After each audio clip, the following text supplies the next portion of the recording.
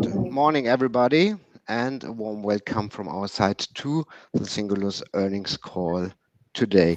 Today's speakers are Markus Ehret and Lars Lieberwirt, and they will walk us through the company's performance for the fiscal year 2025 and Q1 in 26. Before we dive in, a quick housekeeping note. The conference is being recorded and all participants are in a listen-only mode.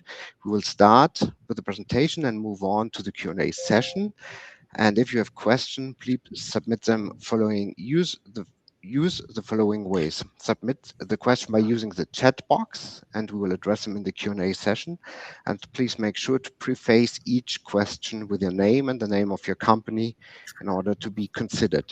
You also can ask questions directly via the microphone. Please type the word question into the chat box and to be considered, and we will open your line at the beginning of the Q&A session. And without further details from my side, I'll hand it over to you, gentlemen. Mr. Ehret, Mr. Lieberwirt, the stage is yours.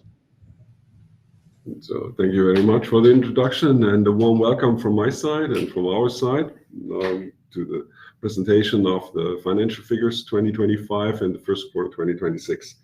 So we appreciate having you on this call, and we look very much forward to discussing all the details with you. And we are in a very interesting position right now, and we're looking ahead into positive times. And let's see what we discuss today.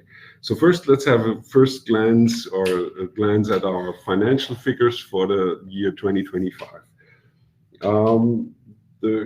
As you all know, our revenues are rather low with the 48.3 million. How does that come? Basically, we started in the year 2025 with a guidance which was above 100 million. So this is kind of disappointing that we ended up with 48.3 million. But we have seen that the revenues in the last financial years were basically very much distorted or reduced by the delays in order entries. Order intake took longer than expected, and it ended up to be at 33.4 million, which is a very low number. What happened last year? Well, we've been working on many projects, and as you all are aware, we have been discussing that in the quarterly calls. But we've seen postponements from major customers in the solar segment, new energies, and in the semiconductor segment. We have seen that this took way longer than we expected it to take. And this led to the situation that we had to reduce our guidance in October and then ended up with a lower figure for the whole year. If you have a look at the key figures, it's the 48.3 million, as I said, and it was a loss on the EBIT level of 11.7 million, which you can see on the table in front of you. While the order entries were delayed for several months by key customers, we still were investing in those customers, in the relationships, and of course in technology. And we've been reporting on that also because it was important to work with the customers. And as you are aware, and then we will discuss later on for the first quarter financials, and Lars, my colleague, Lars Lieberwirt, will give you a further glance on what we are doing with the major customers and what our strategy is and how we're moving forward on those projects.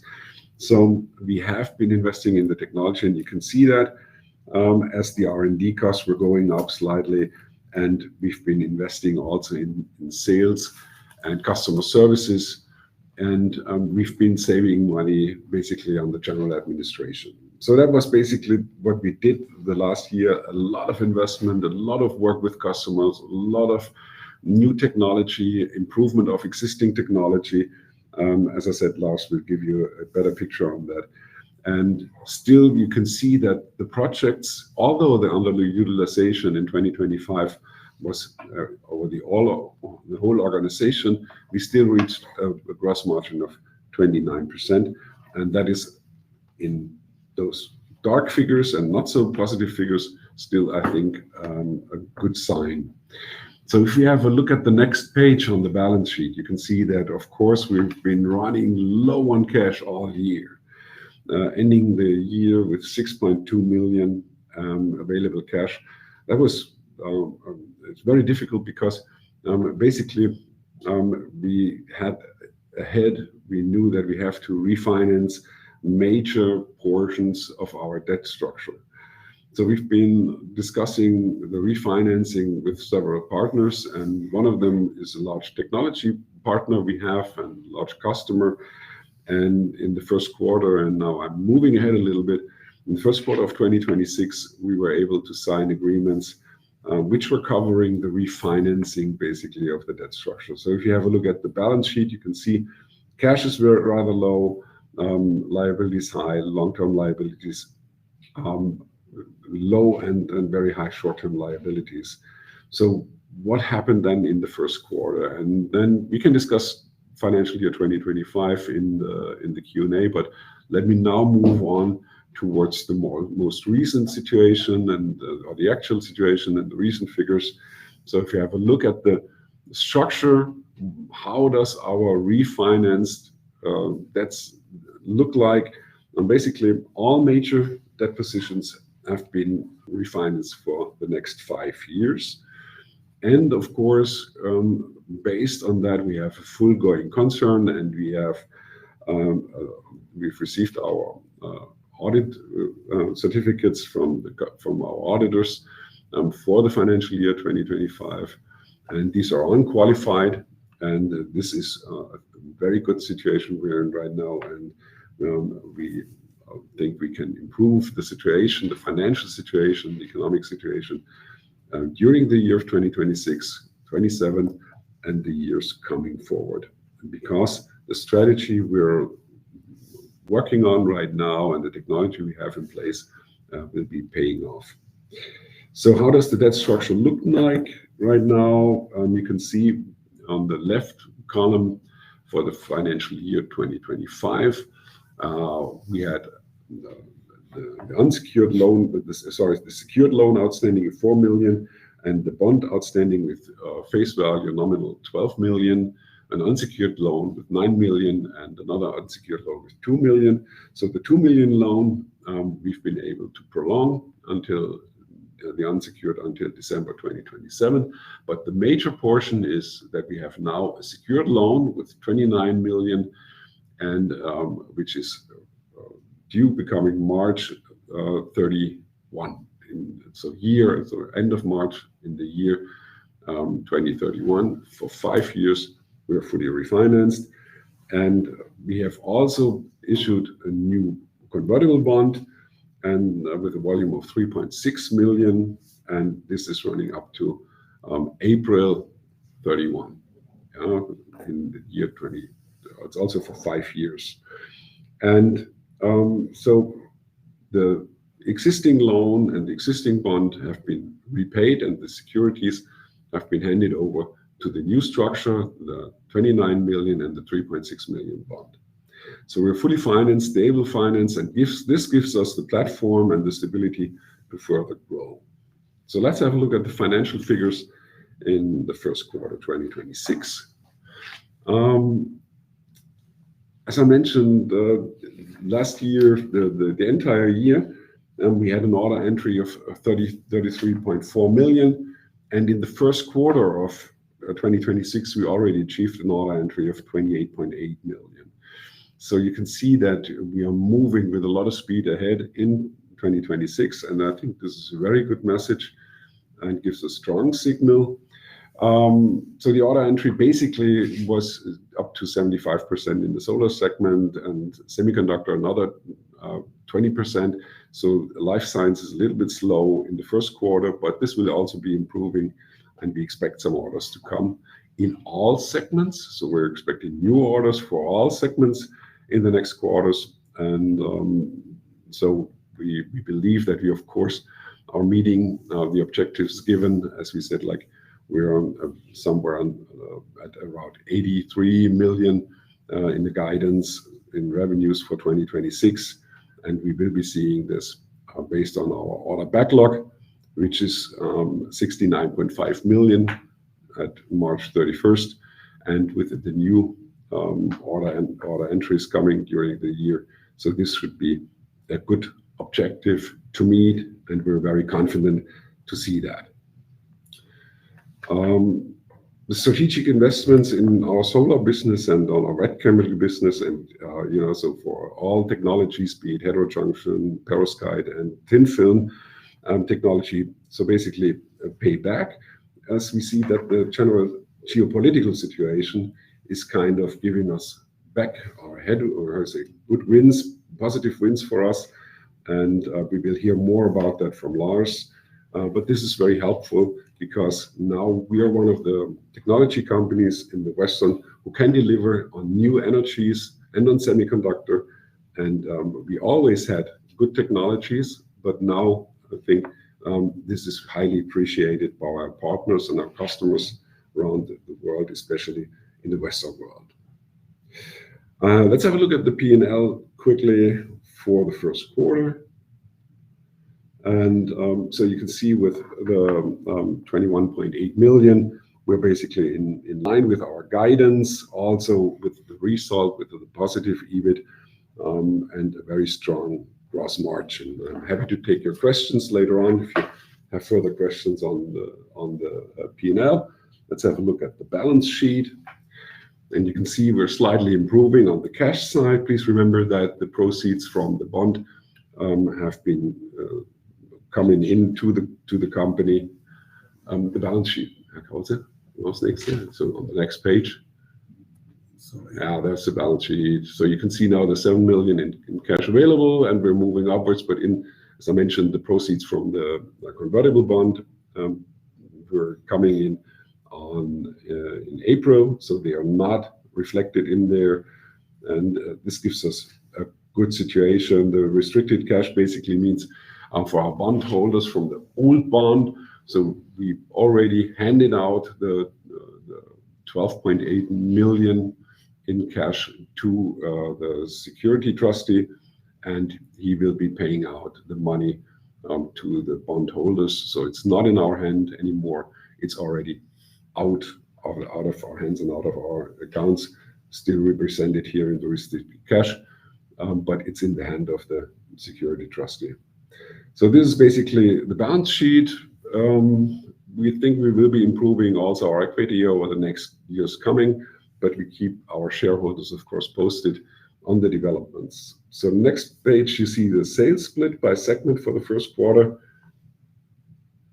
And you can see semiconductor, solar strong, solar very strong, and we expect solar to pick up. Lars will give you in a minute a background on that.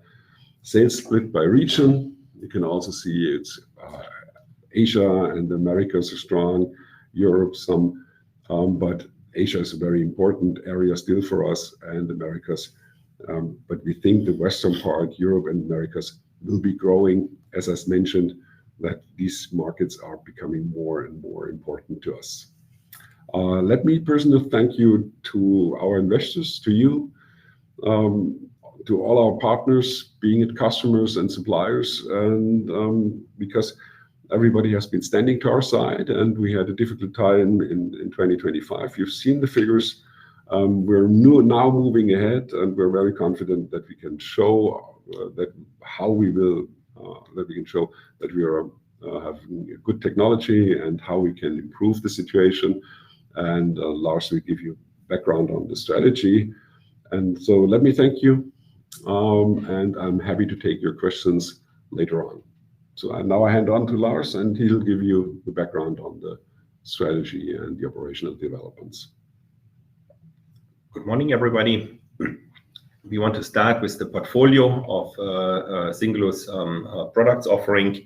So we have a very broad range of machines. We are continuously developing those machines as the system develop further. There are many, many details in the process. So while you may see this chart many times, we continue to fine tune and to further elaborate on the specific capability of our tools and integrated systems. The major trend that we see is that there's an integration of systems, so the systems become complexer and complexer, yet we also emphasize in our core technologies. So the core technologies that the company is possessing today are the vacuum deposition technologies, namely the physical vapor deposition, the plasma enhanced chemical vapor deposition, as well the sublimation and evaporation technologies. Also, we are working heavily on rapid thermal processing technologies, and that altogether comprises in what we call vacuum deposition technologies. They do complement with our fourth big leg, which is the wet technology, so anything that we do with chemistry.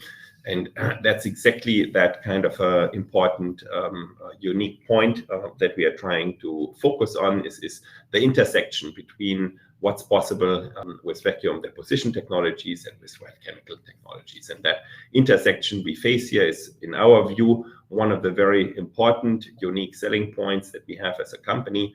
And we are continuing to make our efforts to strengthen exactly that technology aspect. It applies very well into the solar market. So Singulus is very active and remains very active in solar.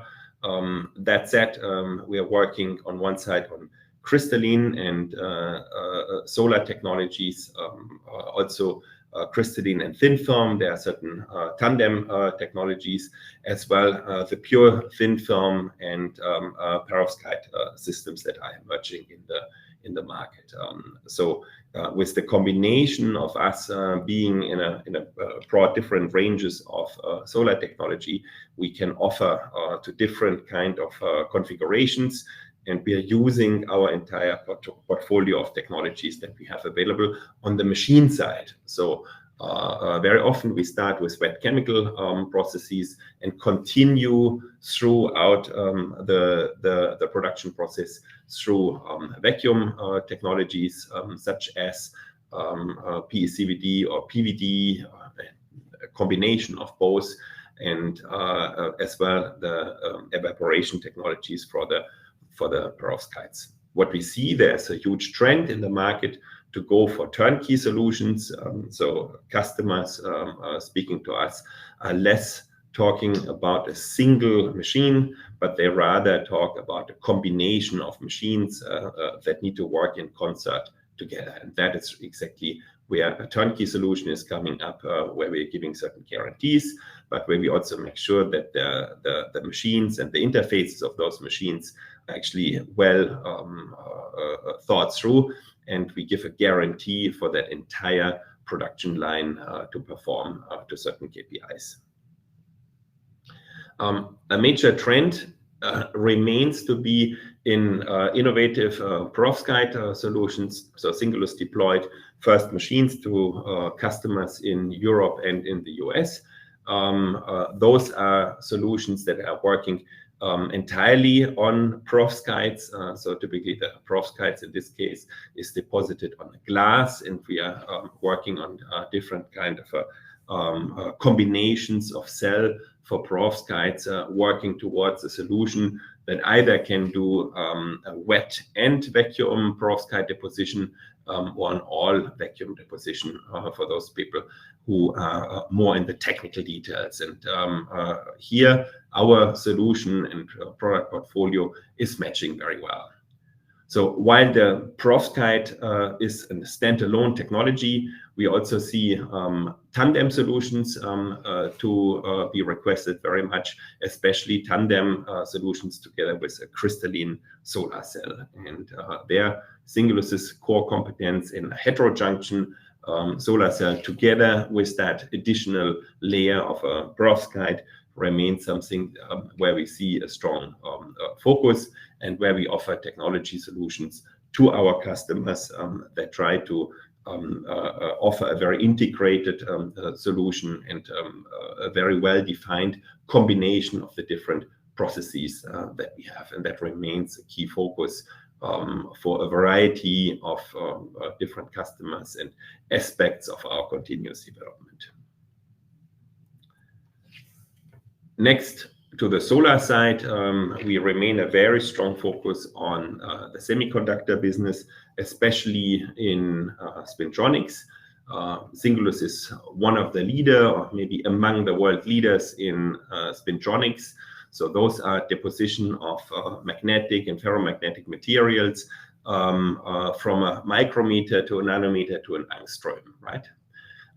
So the nanometer and angstrom deposition means those super thin deposition are a key ability of Singulus, and proven many times that we are able to deposit very, very thin and homogeneous layers, and that enables the formation of different kind of semiconductor products, especially sensor products that are used today for a variety of measurements, for position management, for angle measurement, for location measurement, for current, electric current measurement, and so forth.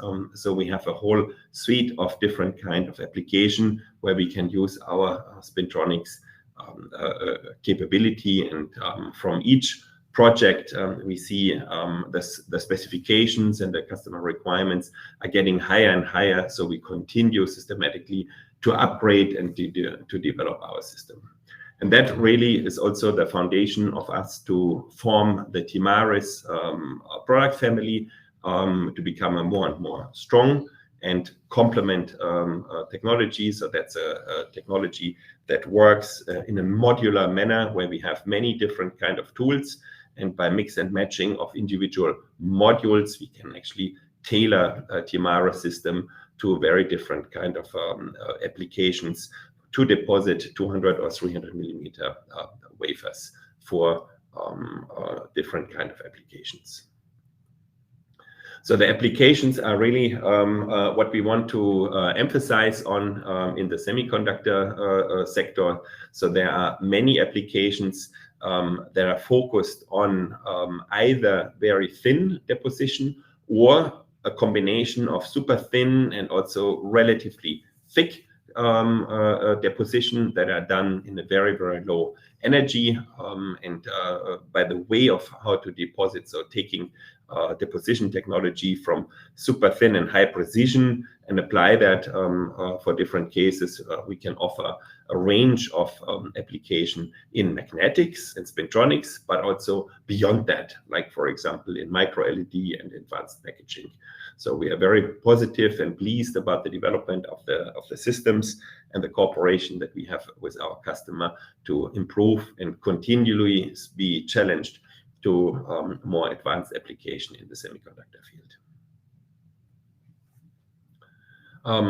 So by closing, we are able to leverage our technological advantages and drive innovation across all the three segments.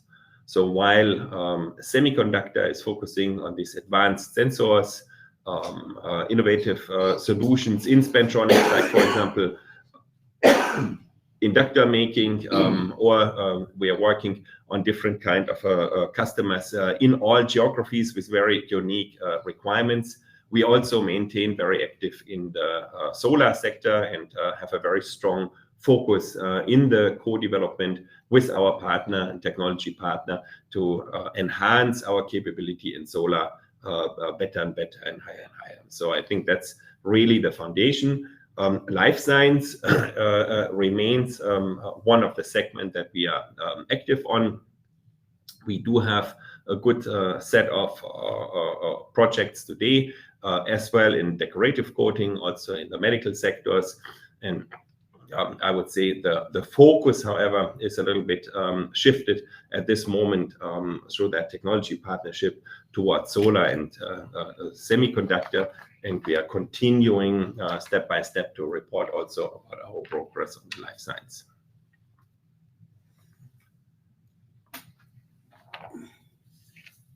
So coming to an outlook, maybe Markus Ehret is closing with the outlook 2026. Well, basically, what we're looking forward to is to achieving like around 83+ million revenues in the full year. We expect a positive EBIT in mid-range of single-digit million. And we do see strong demand from various customers in the solar segment. And as Lars said, we have developed some quite very interesting technologies in all aspects of the solar technology and photovoltaics.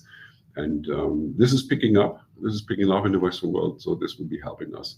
And that's basically the outlook we're going to see for this coming year. So now we look forward to receiving your questions. Please let us know.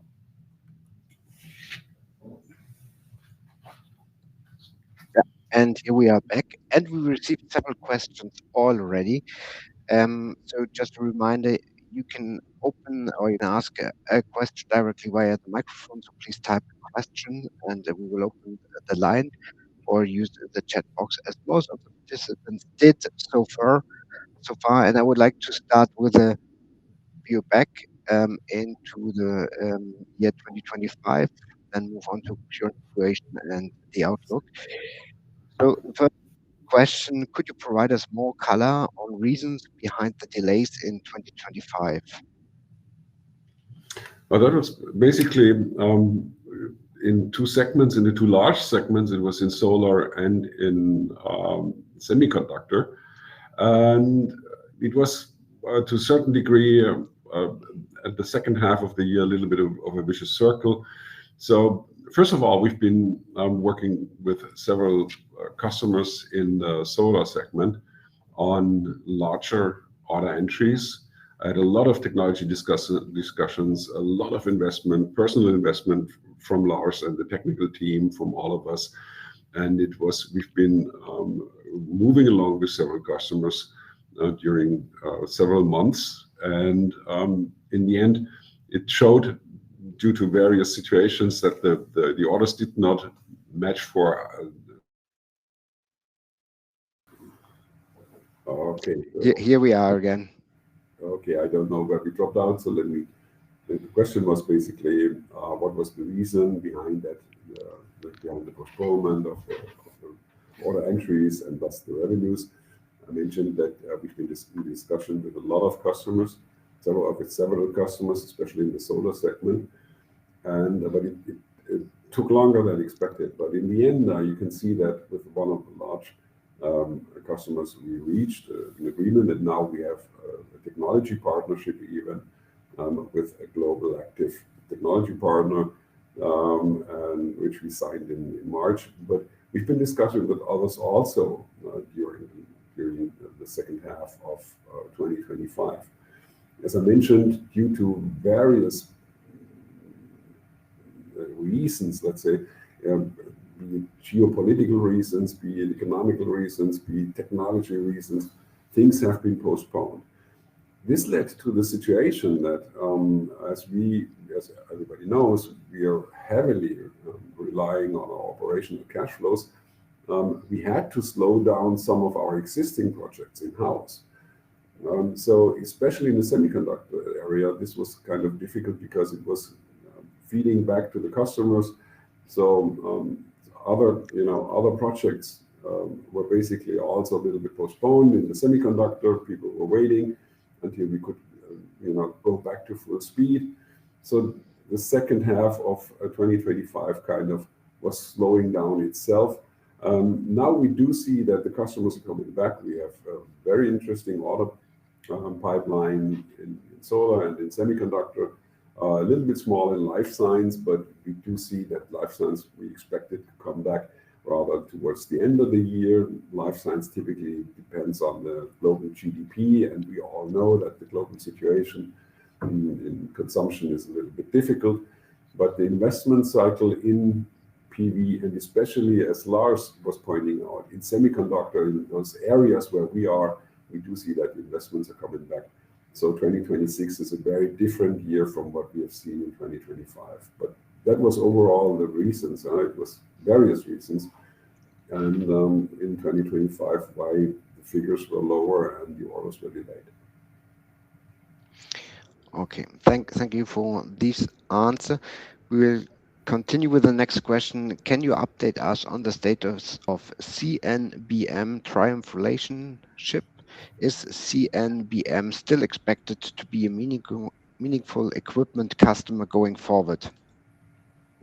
Yes, of course.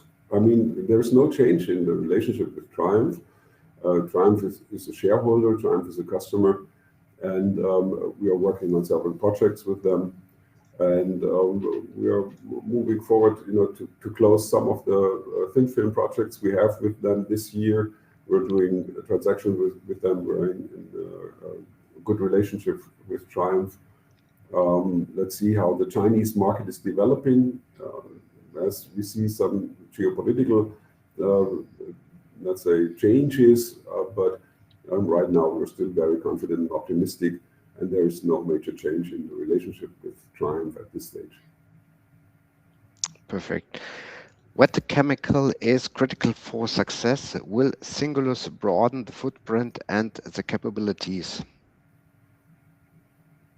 We are continuing to develop our wet chemical product offering, especially also the process offering. So we don't intend to broaden the footprint. We focus on the footprint that we have today, but we are going to continue to broaden our technological capability of the machines and the wet chemical processes that we offer. Okay, thanks. Some technology companies in the US have announced very substantial capex plans of 100 gigawatt PV built-out plants, both on a terrestrial and spatial. How realistic is it that Singulus could offer a turnkey solution that provides meaningful gigawatt output, or in other words spoken, in the current setup, how many gigawatt machine output can Singulus produce in the current setup? So we don't want to speculate about who is announcing what kind of numbers.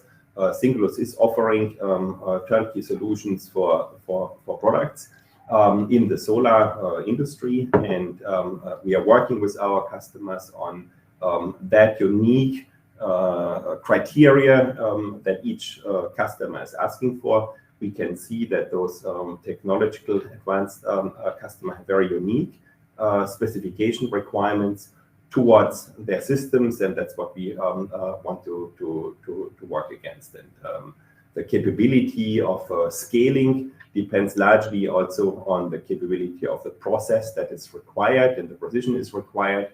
And we see there a variety of customers, and we are working that through. So we don't want to discuss deeply about what exactly those unique requirements are, but I can assure you there's a whole range of very specific questions that we see in turnkey offerings from customers, especially from customers out of Western countries. Perfect. Then we move on to order behavior and later on to the outlook. First question is, has the refinancing end of March already had some impact on orders in April as customers are getting more confident? They are now seeing you as in a going concern situation. So the customer certainly share a high curiosity about the improved situation of Singulus. So the customers are coming back with questions. They are curious of what we do. We received a very positive feedback that Singulus is still around. The company and the brand is well known in the market, and we see some very interesting inquiries from customers coming in globally. Some are also applications that are coming a little bit to our surprise, and it just shows that this technology is a very relevant technology and has a good future. So the situation that we see, I think, will need some time to unfold. Those advanced technology projects, they take time to develop. There are trials and process trials with customers. There's a lot of discussion, but there's also a period where we need to gain back the confidence from our customers that we are in a very stable and position to work out those new applications that we see on the horizon. So these things are not so short-term measurable within a few days or weeks. We announced that technology partnership and the refinancing in end of March, and it will take some time to unfold, and we will see how that really relates that into customer decisions and behaviors as the year goes along. Oh, okay. DRAM prices are exploding and presumably R&D budgets of key customers are quite loose. Do you see this in the order pipeline already? It's a little bit different technology. We see a very high interest of customers in memories, and non-volatile memories also are picking up. There's a lot of interest and curiosity there. We don't see a specific driver in the DRAM industry related to Singulus's business. Thank you. You booked the first low double-digit million euro order in March from the new partnership. Do you expect further follow-up projects already in 2026? And can you help us to quantify the potential order pipeline under this partnership in the near future? We just received that. We are very grateful to receive that order. Currently, the team is working through that with very high concentration. It will take us some time to go through systematically those kind of work packages that we are specifically working on, and we expect that that eventually will unfold further tasks and further opportunities for additional orders.